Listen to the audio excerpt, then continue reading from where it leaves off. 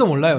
그렇군요. 아니 근데 제가 보기에 지금 뭐 다들 이거 생방송 맞냐라고 뭐 질문들을 많이 하시는데요. 저희가 추석 연휴 명절 맞이해서 특별 생방송 준비해서 매주 하던 그 포맷대로 현 변호사님 그리고 신 변호사님 모시고 지금 생방송으로 여러분들과 함께하고 있습니다. 굉장히 많은 분들께서 댓글 달아주시고 함께해 주셔서 너무 감사드립니다. 계속 이어서 이것 좀 여쭤볼게요. 오늘 아침 라디오에 재밌는 얘기가 많아서 제가 그 아이템을 이어서 계속 갈 수밖에 없는데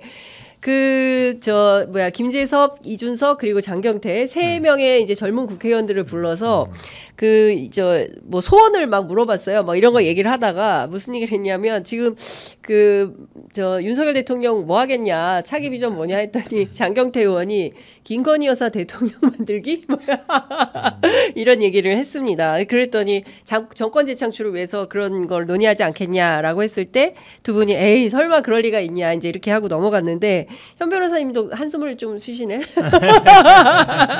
불가능한 얘기죠. 네, 좀 불가능한 얘기. 본인들 입장에서는 어쨌든 다음에 대통령이 본인의 안위를 걱정해줄. 그렇죠. 검찰이 지금 어쨌든 본인들에 대해서 가만히 있지 않다는 거 알잖아요. 그러면 본인들의 안위, 그러니까 물러난 다음에 누가 우리의 안위를 지켜줄 거냐. 벌써 지금 뭐 다음에 관저도 알아보고 있다는 거잖아요. 여기에 제가 보기에 초미의 관심이에요. 제가 보기에 다른 거 관심 없을 것 같아요. 어떻게 본인들이 그렇죠. 본인들이 나중에 어디로 물러났을 때 자기들을 살려줄 사람 거기 찾고 있을 것 같아요. 그러니까 안전한 퇴임을 위해서 무슨 궁리를 하고 있을까 뭐 이런 건데 신 변호사님 어떻게 보세요? 그러니까 전 아까도 말씀드렸다시피 지금의 윤석열 정권은 정권 재창출을 얘기하는 것 자체가 저는 국민적인 허망하다. 상처다. 아니 지금 창출된 권력도 유지를 못하고 지금 의료 붕괴까지 왔는데 정권 붕괴 상황이거든요. 근데도 반성과 성찰하지 않는데 이런 부류의 사람들이 정권을 또 갖고 오겠다? 대한민국 국민들이 그걸 어떻게 허용해 줍니까? 그리고 뭐 김재섭 의원이나 지금 당내에서 뭐 김종혁 최고위원이나 좀 바른 소리 한다라는 분들 있잖아요. 이분들의 책임도 결코 가볍지 않죠. 왜냐하면 당내에 있으면서 목소리를 내는 듯 안 내는 듯 사실은 지금까지 그 현상 유지만 해온 거거든요. 그럼 저는 그분들한테도 결단을 촉구합니다. 한동훈 대표를 비롯해서 지금 당내에서 옳은소리 내겠다는 사람들 특검법 발의해서 정면으로 붙든지 아니면 본인들이 단식을 하든지 삭발을 하든지 아니면 최후의 당적을 버리든지 뭘 해야 되는 거 아닙니까? 근데 지금 그건 다 안 하고 기회주의 눈치 빼꼼히 보고 있어요. 그러면서 권력 재창출 얘기하는 것은 저는 국민들이 그런 허접한 논리에 저는 속아 넘어가시진 않을 것이다. 그렇게 생각합니다. 자, 그 의료대란 얘기를 좀 해볼게요. 신 변호사님 말씀 주신 대로 지금 보면 어제도 광주에서 이 손가락 절단 환자가 응급실 4곳에서 거부를 당해가지고 90km 떨어진 전주에 가서 치료를 받았다는 얘기가 있고요. 방금 전에 정청래 의원이 페이스북에 글을 올렸는데 어떤 내용이냐면 의료대란 내 건강은 내가 뭐냐면 손가락을 다치신 모양이에요. 그래서 SNS에 이제 이런 글을 올렸는데 전반적으로 그 응급 환자들의 병원 이송이 1시간 이상 초과된 게 작년하고 비교해 보면 22% 늘었다는 겁니다. 그러니까 이번 추석의 핵심 모토가 아프지 말자, 다치지 말자. 이제 이거 아니겠습니까? 그래서 국민들께서 스스로 내가 스스로 조심하지 않으면 안 돼라는 어떤 그런 캠페인까지도 벌이는 정말 기가 막힌 상황이 돼버렸는데 이 문제는 좀 어떻게 보십니까? 지금 보면 상당히 대통령실에서는 비상체제 가동 중이기 때문에 문제가 없다. 그리고 여기에 벌써 상당히 많은 금액을 집행을 했다는 거예요. 건강보험 예산에서 2조 원이나 지금 벌써 땡겨서 썼다. 그러니까 돈으로 막고 있는 거예요. 뭐 응급실 의사들 뭐 비용 예컨대 진찰료 조제료 3.5배 정도 준다는 거고 또 자기 부담금 90% 경증일 경우에 이제 이렇게 본인이 내야 되고 뭐 이런 상황이 계속되는 건데 이 문제 근데 지금까지는 사실은 뭐 이런저런 일들이 이제 계속 벌어지고 있는 상황인 것 같습니다. 어떨 것 같으세요? 이게 지금 뭐 윤석열 대통령은 뭐 기자회견에서 뭐 잘 되고 있습니다. 그래서 지금 한덕수 국무총리는 국회 나와가지고 뺑뺑이는 가짜 뉴스입니다 이랬잖아요. 맞아요. 모든 지금 언론에서 지금 얘기 나온 거 말씀하신 것처럼 손가락 절단이 광주에서 전주까지 가고 엊그제 뉴스에 보니까 또 양수 터진 임산부가 겨우겨우 뭐 갔다는 얘기들이 나오고 있어서 이분들은 신문도 안 보나? 모든 국민들이 지금 걱정하고 있는데 근데 사실은 이게 해결책이 좀 쉽지 않은 게 지금 한동훈 대표가 뭔가를 하려고 뭐 협의체를 만들자고 지금 뭐 추석 전에 얘기했는데 전혀 이제 안 먹히는 거고 저는 아마 이제 지금 정부 여당에서도 별 의지가 없다고 보이는 게 왜냐하면 이제 숱이 이미 들어갔거든요. 들어갔으면 사실은 이게 백하기가 쉽지 않아요. 25년 정원은 어떻게 하기가 어려운 상황이란 말이에요. 만약에 예를 들어서 100명 모집한다고 해서 내 정원 들어갔는데 나중에 90명만 모집해요. 네. 그럼 나 95등 했어. 이 사람이 만약에 재판 소송해봐요. 어떻게 되겠어요? 다 이겨요. 그럼요. 그러니까 이게 사실 돌릴 수 없는 상황이라 제가 보기에는 아마 그런 상황으로 이미 만들어버린 거고 한동훈 대표도 이거 모르지 않을 거예요. 법률가고. 예. 근데 어떻게든 이제 의사들을 뭐 약간 하려고 하는 것 같은데 그 사람들이 바보예요. 들어갔다가 괜히 본인들의 명분만 심어주는 거 알잖아요. 네. 쉽지 않은 상황이라 이재명 대표가 어제인가 보니까 이제 뭐 총무원장 찾아가서 좀 중재해달라는 것 같은데 이게 사실은 제가 보기에는 총무원장도 그 얘기 하잖아요. 그럼 여야 정의라든지 의사에 그게 따라줘야 된다. 네. 사실은 이거 어려울 때 우리 아시겠지만 종교계라든지 이런 분들이 좀 나서서 해결을 해줬거든요. 네. 그러니까 지금 여야 간의 의사들 간에는 이게 해결책이 쉽지 않아요. 근데 종교계 입장에서도 나섰는데 괜히 나섰다가 욕만 먹을 수 있잖아요. 그렇죠. 그래서 제가 보기에는 이게 쉽지 않은 상황이라 현실적으로 보면 25년도는 제가 물리기 좀 어려워요. 그러면 26년부터 어떻게 할 건가 아니면 이 부분들을 얘기해야 되는 거라서 근데 이거에 대해서 또 지금 윤석열 대통령이 또 어디 무슨 국민통합이 가가지고 반개혁 세력이고 그러니까요. 뭐 기득권 세력이고 카르텔이 얘기하고 그다음에 지금 전공의 대표들 쭉 다 모아가지고 다 수사했잖아요. 맞아요. 그 사람들 수사했는데 한마디로 얘기하면 의협에서 돈 모아가지고 전공의들 그만두게 한 거 아니냐, 방조한 거 아니냐인데 이분들이 잘못하면 지금 참고인인데 곧 공동 피의자로 전환될 수도 있어요. 그러니까 한마디로 얘기하면 좀 위에서는 이제 반개혁 세력이라 그러면서 이제 수사를 통해서 이걸 뭘 해결했다는 거잖아요. 전형적으로 딱 이제 검사 마인드에서 아직도 벗어나지 못하고 있어서 해결책이 참 어렵습니다. 그러니까 방조는 의사들이 방조한 게 아니라 김건희 여사가 지금 주가 조작 방조 내지는 공동정범의 혐의를 벌인 거고. 아니 사실은 김건희 여사는 수사도 안 받는데 왜 전공의들이 가가지고 왜 수사 받아야 되는지 전 그 아이러니가 지금 대한민국의 모순을 그대로 보여준다라고 보고요. 네. 저는 이 부분을 어떻게 풀어야 되냐면은 아무리 여야 의정으로 한다고 해도 해결이 안 됩니다. 해결이 불가능한 거를 그래도 정치권이 두 손 두 발 놓고 있을 수 없으니까 뭐라도 노력을 한다라는 의미 정도밖에 없고요. 그렇다면 이게 어디서 문제가 심각해지냐면은 지금은 의료 붕괴잖아요. 이제는 돌이킬 수 없는 거의 이제 전쟁과 같은 상황으로 가는 거거든요. 왜냐하면 응급실이 무너지면은 그 다음에는 중환자실이 무너지고 그 다음에 수술실이 무너집니다. 그럼 수술을 못 받아요. 그럼 대한민국의 국민들 중에 뭐 암 수술하시는 분 내지는 응급 수술하시는 분들 얼마나 많습니까? 이미 그런 상황이죠. 이분들이 기존이었으면 다 살리고도 남는 최고의 의료 시스템을 갖고 있는 나라에서 이분들이 지금 돌아가시게 되는 상황이 되다 보니까 아마 이거 저항을 전 윤석열 정부가 버티기 매우 어려울 것이라는 생각이 들고 어떻게 해결해야 되냐면은 사실은 기회가 있었어요. 지난 5월 달에 가처분으로 사실은 법원에서 제동을 걸었어야 하는 사안임에도 불구하고 법원이 눈치를 봤거든요. 권력의 눈치를 보고 그때 한번 정부 편을 들어주니까 그때부터 정부가 고속으로 엑셀을 밟습니다. 그러면서 이제 의대 정원 그 교육 현장 혼란까지 같이 갖고 온 거거든요. 근데 이것도 정부가 한번 소송해서 왜 지냐면요.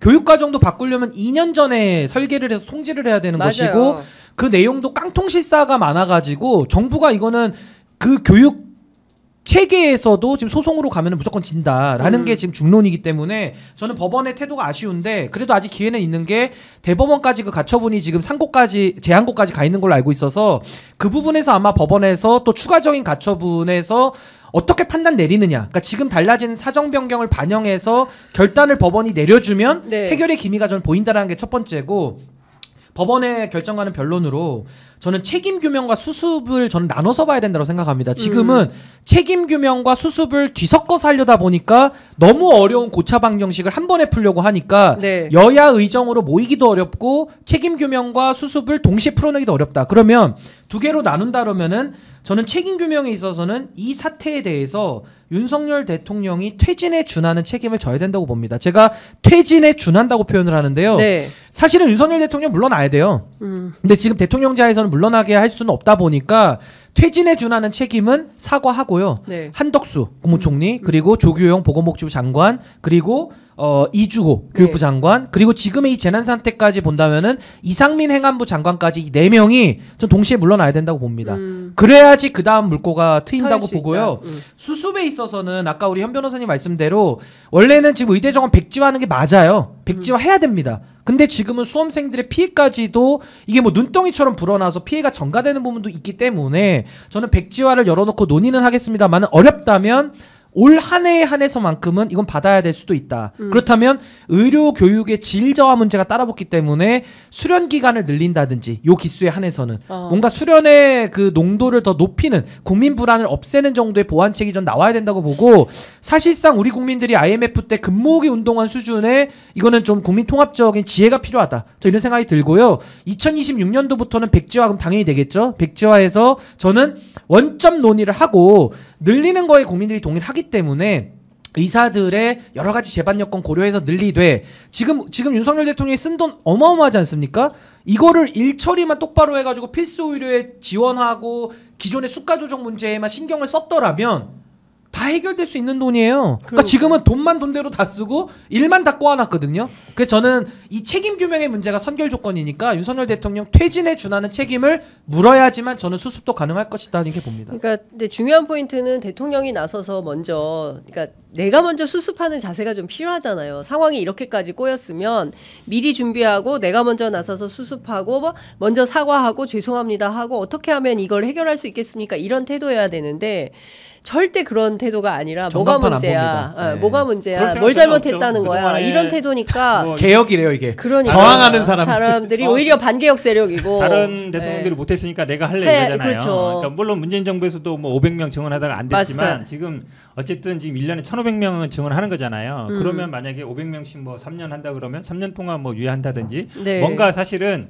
그러니까 정원을 늘려야 된다는 거는 많은 국민들도 다 이해해요. 근데 그걸 어떻게 풀어가냐 문제거든요. 대화 탄협을 하냐 문제이기 때문에 저도 뭐 지금 말씀처럼 100% 그러니까 의사들 입장에서도 지금 문제 있는 뭐 차관 문제라든지 이런 분들 당연히 물러나야죠. 장관도 물러나야 되고 그리고 대통령도 당연히 이 문제에 대해서 사과를 하고 수습책을 내야 되는데 이제 그럴 상황이 거의 안 보이잖아요. 네. 없는 것 같고 예. 지금 어찌 보면 지금 의사들을 굉장히 뭐 반개혁 세력 뭐 이렇게 몰아가고 있어서 악마화하고 저도 있죠. 사실은 해결책이 쉽지 않은 것 같은데 개인적으로는 개인적인 생각이에요. 저도 당에서는 아직 확실한 입장이 없는 것 같은데 그 정도 아까 말씀처럼 1,500명 일단 증언을 했기 때문에 이분들을 그럼 이제 26년, 27년 가면은 굉장히 이제 복잡해져요. 그러면 이걸 한 3년 정도 뭐 유예하고 네. 그 다음에 이제 해나간다든지 뭔가 타협책을 내야 된다. 그러니까. 그래야만이 제가 보기에 이게 해결책이 가능할 것 같아요. 그래서 저는 하나만 더 꼭 말씀드릴 수 있는 게 네. 뭐냐면은 의료라는 게 결국 도제식 교육이고 실습을 통해서 숙달이 돼야지 할 수 있는 거예요. 굉장히 위험한 일입니다. 칼을 사람 몸에 유일하게 댈 수 있는 업이 의료업이에요. 그렇습니다. 그러니까 굉장히 중요한 거죠. 네. 사람의 생명을 살리는 일이니까. 그래서 저는 의사들의 질적 저하를 국민들이 우려하고 계시다. 이거 정말 중요한 문제고요. 네. 지금 이 문제를 풀기 위해서는 의사들도 직역이 다 나눠져 있거든요. 일단 의협이 있습니다. 의사협회 그렇죠. 그리고 의학회라는 데가 있어요. 대한의학회. 여기 다 어르신들이에요. 이게 중요한 게 아니라 지금 문제의 핵심 당사자는 전의교협이라고 하는 의사교수단체 그리고 전공의 단체 요 두 단체가 핵심이거든요. 근데 저는 전의교협보다는 전공의 대한전공의협회의 목소리가 최우선으로 반영이 돼야 된다. 전공이라는 분들은요 사실 저보다도 나이가 더 어린 축에 속하는 사실상 젊은 분들이고 무슨 기득권과 유착된 사람들이 아니에요. 네. 이분들이 대학병원에서 100시간 노동하고 그 쥐꼬리만한 월급 받으면서 수술실에서 그 교수님이 수술하고 가시면 뒤처리를 다 전공의들이 하거든요. 그리고 맨날 아침마다 새벽마다 가서 환자들 문진하고 하는데 저는 이 전공의들의 목소리가 빠지면 전공의들이 들어오겠습니까? 전 전공의들에게 대표성을 주고 이 사안에 있어서는 전공의들의 목소리를 최우선으로 반영을 해도 네. 이 문제가 해결될까 말까인데 자꾸 의협회장 같은 사람들 나서지 말고 나대지 마세요. 나대가지고 본인들이 뭐 전공의를 설득하고 돌아오게 할 것처럼 국민들 호도하는데 의협회장 단식 6일 만에 풀어버렸어요. 뭐 단식도 며칠 못하는 사람이 뭐 이렇게 자꾸 자기가 전공의들 감나라 배나라 하면 이 문제가 더 꼬입니다. 저는 전공의들 중심으로 그 박단 비대위원장을 빨리 테이블에 네. 저는 같이 좀 모실 수 있는 전 그런 우리 사회가 좀 열어놓고 논의하는 구조를 만들어야 된다고 생각합니다. 그러니까 이게 이제 의협이라든지 의사협회 내에서도 말씀하신 것처럼 거기도 다 분화돼 있어요. 7, 8개 그러니까. 단체 정도인데 네, 근데 맞아요. 이제 의협은 그런 거예요. 그러니까 의사가 되면 자동적으로 회원 자격이 있는데 실제로 여기 회비나는 분들은 한 60% 정도밖에 안 되는 거예요. 그러니까 변호사들은 회비를 안 내면 변호사 활동을 못 해요. 그렇죠. 그러니까 100%다 네. 회비를 내거든요. 네. 안 낼 수가 없어. 강제적으로. 업을 네. 못하는 거죠. 업을 못 하는 거예요. 네. 근데 그렇게 안 돼 있어요. 의사는. 네. 의협은 그러니까 회원은 자격은 주는데 회비 내는 사람들만 투표를 해요. 그럼 전공의는 의사 자격이 있는 사람이에요. 네. 이 사람들은 의협의 회원이에요. 근데 의대생들은 아직 의사가 아니니까 회원이 아니거든요. 그러면 사실은 전공의들은 의협의 의협의 회원 자격이 있기 때문에 전공의와 의협이 따로 가는 건 사실은 좀 안 맞는 얘기예요. 네. 근데 지금 현실적으로 거부하는 사람들은 전공의들과 그다음에 휴학하는 사람들은 의대생들이잖아요. 그러니까 의사들은 사실 의협은 어찌 보면 개원이들 중심이라서 네. 그러니까 개원이들은 본인들은 영업은 하고 있어요. 근데 대학병원이라든지 아니면 교수라든지 이런 분들은 또 이해관계 있기 때문에 제가 보기에 개인적으로는 그렇게 봐요. 우리가 어떤 직역이 있을 때는 물론 의협이 지금 논란이 많은 건 알겠지만 그래도 의협이 좀 중심을 잡는 게 저는 맞다고 봐요. 나머지 단체들은 의협과 이제 공동으로 이렇게 하는 구도가 좀 맞지 않냐. 근데 그렇죠. 워낙 또 내부가 시끄러우니까. 근데 그 이면택 회장이 얼마나 참 웃기신 분이냐면 이분이요 의협 회장인데 총선 때 개혁신당을 지지를 합니다. 나 이것도 참 있을 수 없는 일이라고 보는데 네. 개혁신당 지지를 공개적으로 해요. 페이스북에. 이건 다 남아 있습니다. 기록이. 네. 그리고 이분이 이제 아마 제가 볼 때 개혁신당에서 1번으로 이주영 의원을 공천을 했잖아요. 네. 아마 뭐 한민병 선생님도 다 의사고 하다 보니까 이렇게 연결이 된 걸로 보여지는데 같은 소아과 출신이거든요. 이면택 네. 회장이 소아청소년과를 그 회장을 4번이나 했어요. 그러니까 사선을 했거든요. 그러니까 저는 그런 식의 연관관계가 있는 걸로 보이니까 또 개혁신당 지지를 했겠죠. 이면택 회장 신분으로. 근데 굉장히 문제가 많은데 당시에 개혁신당도 간호법에 대해서 이준석하고 이주영 의원은 반대를 하고 또 천하람 의원은 간호법을 찬성을 해버립니다. 그러니까 이게 지금 보세요. 자유롭네. 아니 보세요. 아니 뭐 자기들은 자유롭다는데 이게 공당의 태도인지 보세요. 결국에는 전공의들이 빠져나가고 전공의들을 지금 돌아오게끔 만들어야 되는데 천하람 원내대표는 어떻게 간호법에 찬성을 합니까? 그러니까 전 이게 여야가 합쳐서 했기 때문에 그러니까 민주당은 간호법이 원래 수건 사업이니까 했다고 치고 물론 저건 잘못됐다고 비판의 입장이고 국민의힘은 거부권 쓴 법안을 아무런 설명과 동의도 없이 입장 바꿔서 수돗물 떠먹듯이 또 찬성해버렸고 천하람 의원은 본인 소신이라 그러면서 의사들 표는 개혁신당에서 무지 가져가고 싶어 하는데 본인은 간호법 찬성해버리거든요. 그러면 보십시오. 전공의들 돌아와야 되는데 전공의 자리에 PA 간호사들 지위 확보해서 그 자리에 넣겠다라는 그 대책으로 나온 게 간호법이거든요. 이번 간호법은. 그럼 전공의들 돌아오란 얘기입니까? 돌아오지 말란 얘기입니까? 그러니까 그거에 대해서 이건 말장난이거든요. 전반적인 좀 논의가 좀 필요하다라는 생각이 좀 그래서 듭니다. 제가 아까 근모으기 운동 얘기한 겁니다. 이건 정말 근모으기 운동 수준으로 전 국민의 어떠한 지혜와 그 통합적인 힘을 가지고 극복하지 않으면은 전 이거 매우 극복이 어려운 의료 붕괴가 막기 어려울 거라고 봅니다. 그러니까요. 지금 사실 저희가 제일 마지막에 뜨겁게 의료 대란 얘기를 하니까 25,000까지 동접이 올랐습니다. 저희가 그 언제였지? 지난 3월에 런종섭 사태 이후에 최고예요? 처음인 것 같아요. 좀 더 하시죠. 오늘 최고 기록 세우게. 월드 레코드 한번 세워보게. 아닙니다. 지금 이제 마무리를 좀 해야 될 것 같아서 그 사실 지금 제일 중요한 게 추석 연휴 기간 동안 도대체 이 사안이 어떻게 될 것인가. 의료 대란 문제가 정말 진짜 정말 기도하는 마음으로 지냅니다. 아무 문제 없기를. 예, 그런데 이제 앞서 말씀하신 대로 임산부가 굉장히 많이 돌아다녔더라고요. 네네. 그 기사를 보니까 제가 몇 군데더라? 잠시만요. 75곳. 아유. 75곳을 양수 터지면요. 이거 제가 애를 낳아봤습니다. 초긴급 상황이죠. 아유, 이게 사람 죽을 수 있어요. 네. 이거 굉장히 심각한 건데 무려 75곳에서나 거부를 아기를 안전하게 잘 낳아야 되는데 6시간 만에 치료를 받았다고 하니 그나마 정말 다행인데 이런 상황이 계속 벌어지면 안 된다. 그렇기 때문에 진짜 고심에 고심을 하고 어떻게든 테이블에 진짜 전국민적인 어떤 지혜를 마련해서 안전한 대한민국을 만들어야 된다라는 생각이 좀 듭니다. 끝으로 두 분 아니 제가 목이 있다면은 애 낳기 너무 힘들어요. 낳은 애도 잘 길러주셔야 됩니다. 이제 사회가 아이들을 잘 길러야 된다라는 말씀을 좀 드리고 싶고 끝으로 두 분께 한 말씀씩 듣고 마무리하겠습니다. 오랜만인데 자 1분씩 드리겠습니다. 11시 반에 마무리하겠습니다. 일단 추석이라 그러면 사람들이 가족들이 모여서 사실은 뭐 좋은 얘기 해야 되는데 아마 이번 추석에도 좋은 얘기들은 잘 안 나올 것 같아요. 다들 먹고 살기 힘들다, 경제가 어렵다. 특히 이제 자영업 하시는 분들이 굉장히 어려운 거 우리 다 알고 있잖아요. 근데 나아질 힘이 별로 없습니다. 그리고 또 아마 덕담이 이제 우리 아프지 말자, 아프면 안 된다, 뭐 이런 얘기 할 것 같아서 굉장히 우울합니다만 그래도 좀 우리 사회에 좀 온기를 느꼈으면 좋겠다. 그러니까 정치는 비전이 없지만 그래도 추석 때만이라도 좀 가족들이 만나서 좋은 얘기하고 덕담하고 그래서 즐거운 추석 명절 보내길 바라겠고 저희들도 사실은 뭐 정치 주변에 있습니다만 정치가 참 어렵습니다. 뭔가 이제 해결책을 줘야 되는데 싸우기만 해서 굉장히 국민들이 우울할 것 같은데 그래도 어쨌든 정치에서 희망을 찾아야 된다. 그럼요. 이제 희망을 찾아야 되기 때문에 희망의 끈을 놓지 않는 그런 추석 명절이 됐으면 좋겠습니다. 네. 고맙습니다.